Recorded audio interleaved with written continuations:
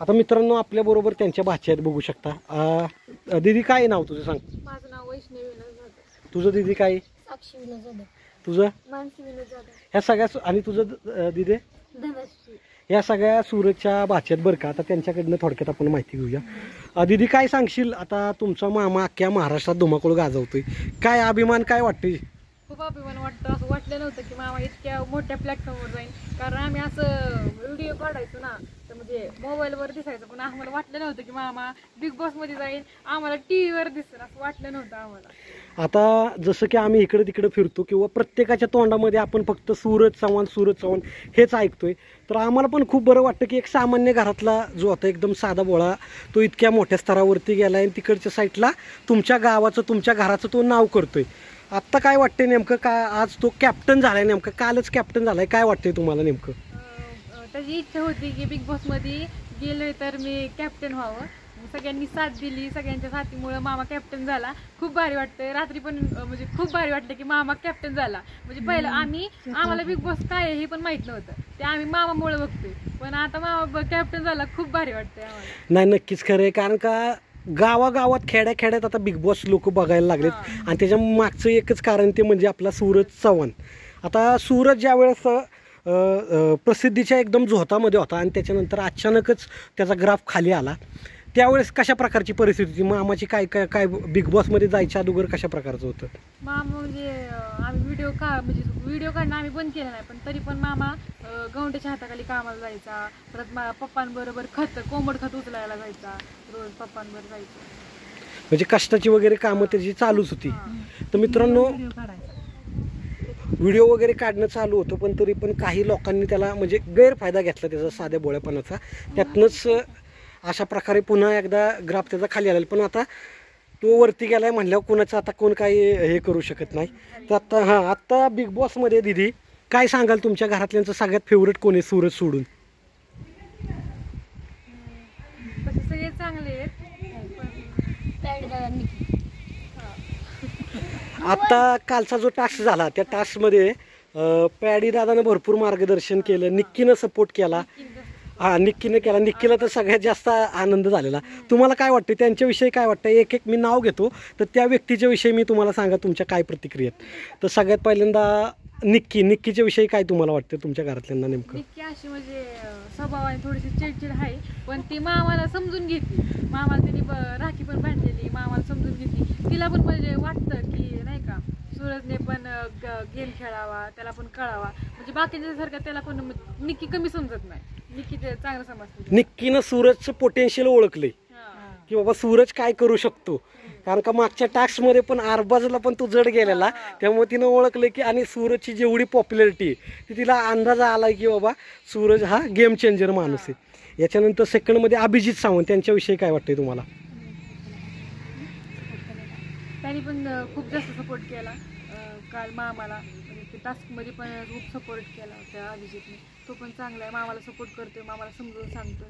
आणि याच्यानंतर सगळ्यात मेन महत्त्वाचं म्हणजेच की सूरजचे आत्ता तरी मार्गदर्शक जे आहेत ते म्हणजेच की आपले पॅडी दादा पंढरीनाथ कांबळे, त्यांच्याविषयी काय वाटते तुम्हाला? म्हणजे बिग बॉस सुरू झाल्यापासूनच पॅड दादांनी खूप मार्गदर्शन केलंय मामाला टास्क समजला नाही त्यांनी सांगितलंय कुठं कसं बोलायचं. म्हणजे एवढं मामा कुणाला असं उलटे बोलत नाही, पण त्यांनी सांगितलं की कुठं कसं बोलायचं. वैभववर मामाची भांडणं चालली होती, तर ते बोलले की तू नड मी आहे तुझ्यासोबत, आणि साईडला घे. म्हणजे त्यावेळेस नेमकं सूरजचं संपूर्ण रौद्र रूप म्हणतो ना, कारण का सगळीच जण भिलेली त्याच्यामध्ये, त्या प्रकारचं रूप पाहायला भेटलं होतं. याच्यानंतर सेकंडमध्ये आलं आपले वैभव, तुमचा बारामतीचाच कर वैभव, त्याच्याविषयी काय वाटतं तुम्हाला नेमकं? आम्हाला म्हणजे पहिल्या वाटलं की वैभव नाही का, म्हणजे वैभवनी समजून घ्यायचं, कोणी मामाजवळ गेलं नाही, पण वैभव बारामतीचा असल्यामुळे पहिल्यांदा गेला. हा बरोबर, एंट्री केल्या त्याच्याबद्दल पण खूप भारी वाटलं की तो त्याने म्हणजे गेला मामाजवळ. पण नंतर त्यांची थोडीशी भांडणं आली ना, तर आम्हाला वैभव अजिबात आवडत नव्हता, पण आता वैभव मामाला समजून घेतोय.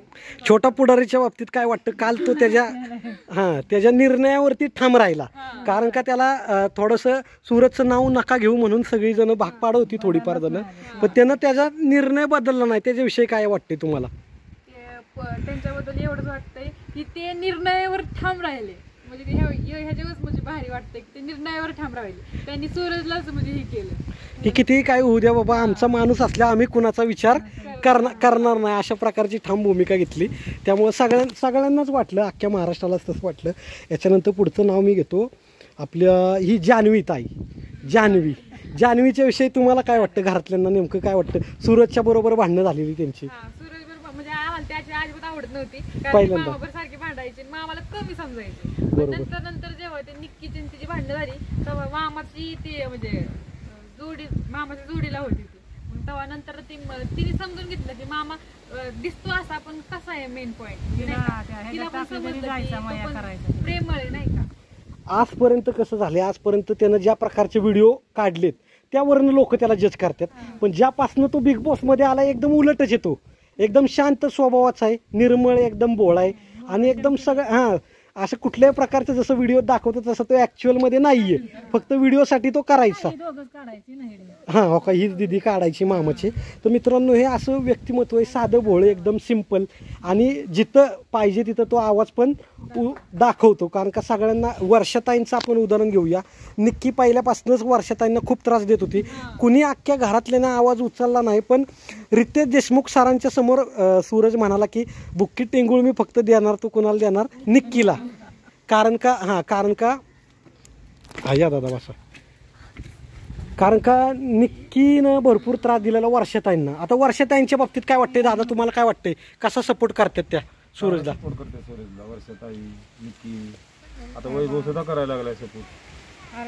अरबाज चांगला सपोर्ट करते. अंकिता पॅडी दादा यांच्याविषयी काय वाटतंय तुम्हाला नेमकं? आम्हाला कसं त्यातलं काय जास्त अनुभव आहे आम्हाला. तर दादा आता काल बघा नॉमिनेशन त्या दिवशी पार पडलं, तर त्या नॉमिनेशनमध्ये अंकितानं अचानक सूरजचं नाव घेतलं. त्यावेळेस तुम्हाला काय वाटलं नेमकं? आम्हाला पहिल्यापासून असं वाटत होतं की अंकिता मामाच्या साईडनी, पण तेव्हा तिने नॉमिनेट नव्हतं करायला पाहिजे. ती सगळ्यांच्या मनातनं उतरल्यासारखं झाली नाही का तिने मामाला नॉमिनेट का केलं? नाही बरोबर आहे. कारण का जसं आम्ही पण ऐकलं नॉमिनेशन त्यावेळेस आम्ही पण हादरा बसल्यागतच झालं. कारण का इतकी चांगली मुलगी आणि इतका सूरज चांगला आहे. सूरजचं तिचं काय नसताना तिला वेळोवेळी तिनं सपोर्ट केला होता. तर अचानक सूरजचं नाव तिनं घेतलं आणि जे निकष सांगितले ते पण आम्हाला पटले नाही. कारण का नॉमिनेशन करण्यासारखी भरपूर अजून लोक होती, पण तिनं घेतल्यामुळं आम्हाला थोडासा धक्का वाटला. वर्षाताईंनी नाव घेतलं सूरजचं मजबुरीमध्ये. काय वाटते तुम्हाला, काय वाटते दादा?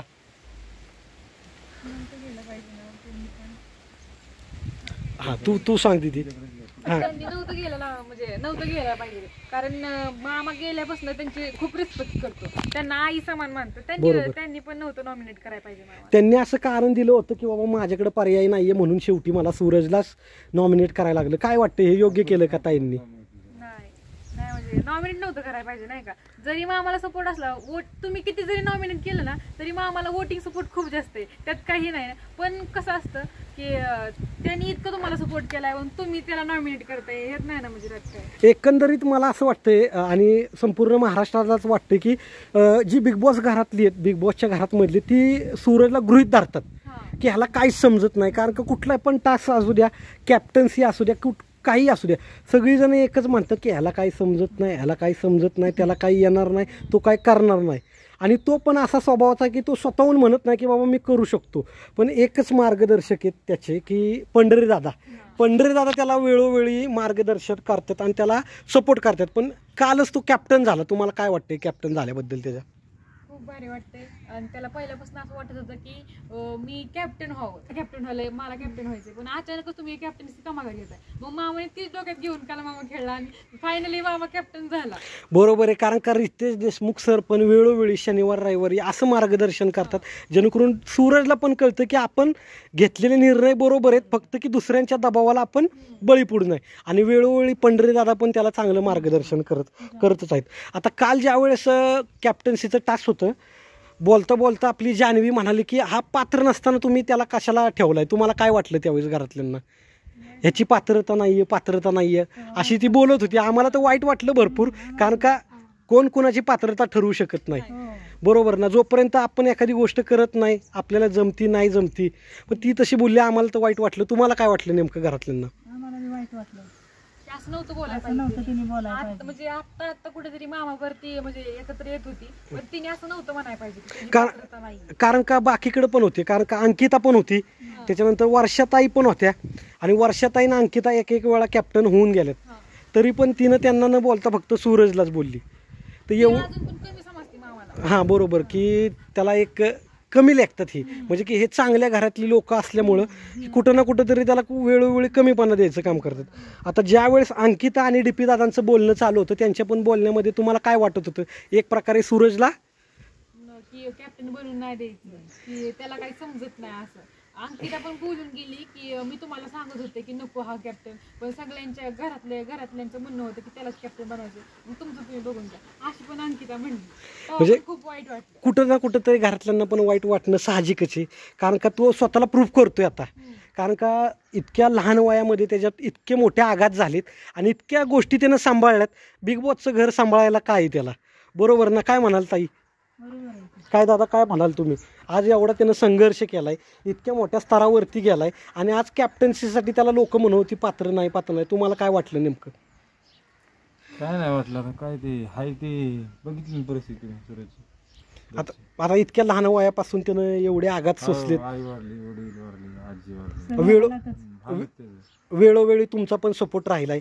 हाय आणि कायम सपोर्ट आहे ना. आता काय वाटते, कशा प्रकारचा खेळ खेळतोय सूरजला? हा बिग बॉस गेम कळलाय का नाही कळलाय दादा? त्याला पूर्ण गेम कळलाय आता. असं नाही की लोकांना ते वाटतंय की याला म्हणजे नाही का, त्याला पूर्ण कळलेलं आहे. ते बघा तुम्ही काय करते कसं बोलायचं ते पण आता मामाला समजतंय.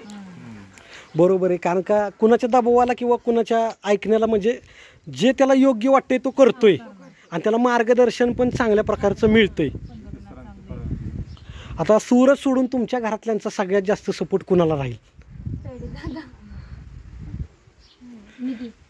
निक्की.